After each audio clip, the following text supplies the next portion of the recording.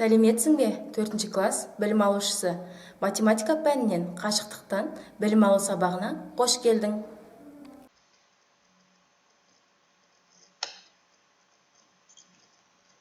Сабақтың тақырыбы: есепке айнымалысы бар өрнектер құру. Білім алушы, бұл сабақта сен айнымалысы бар өрнектер құруды және оларды есепті шығару үшін қолдануды үйренесің. Лексикалық тақырыбымыз астероидтар мен құйрықты жұлдыздар болғандықтан, мен сендерге астероидтар туралы мәлімет бере кетейін. Астероид көлемі үлкен емес, қалыптасқан, формасы жоқ ғарыш объектісі. Олардың көлемі барлық планетадан шағын болып келеді. Астероидтар күнді айнала өз орбитасымен қозғалады. Онда атмосфера болмайды. Алайда оның серігі болуы мүмкін. Өткен сабақтағы теңдеуді ықшамдау арқылы шешу жолдарын пайдаланып, тапсырманы орындайық. 76 мен x-тің көбейтіндісі 38 мен 50-дің көбейтіндісіне тең. Теңдеудің сол жағын еш өзгеріссіз астына жазып, теңдеудің оң жағын ықшамдаймыз. 38 мен 50-дің көбейтіндісі 1900-ге тең. 76 мен x-тің көбейтіндісі тең 1900-ге. X-тің мәнін табайық. X тең 1900 мен 76-ның бөліндісі. X тең 25-ге. X айнымалысының мәні 25-ге тең болды. Тексереміз. 76 мен 25-тің көбейтіндісі 38 мен 50-дің көбейтіндісіне тең. 1900 тең 1900.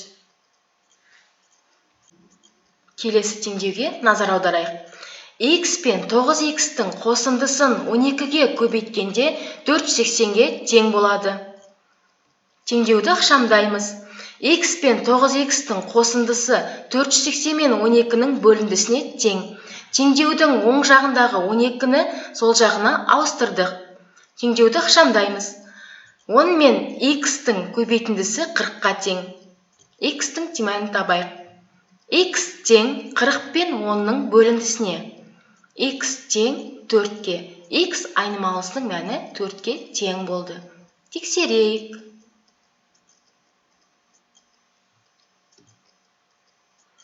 Тоғыз бен 4-тің көбейтіндісін 4-ке қосып 12-ге көбейткенде 480-ге тең болды.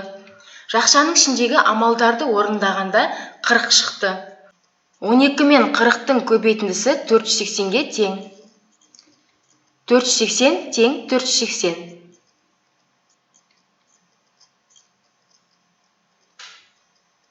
Есіңде сақта. Есептердің шешуін санды өрнек түрінде жазуға болады. Оның мәнін есептеп, сен есептің сұрағына жауап бересің.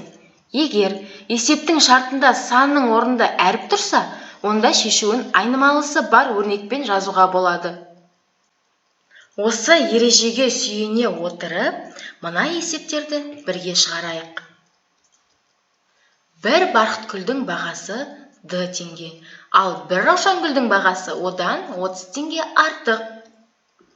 Бір раушангүлдің бағасын, 5 барқытгүлдің бағасын, 3 раушангүлдің бағасын, 5 барқытгүл мен 3 раушангүлдің бағасын көрсететін айнымалысы бар өрнектер жазайық.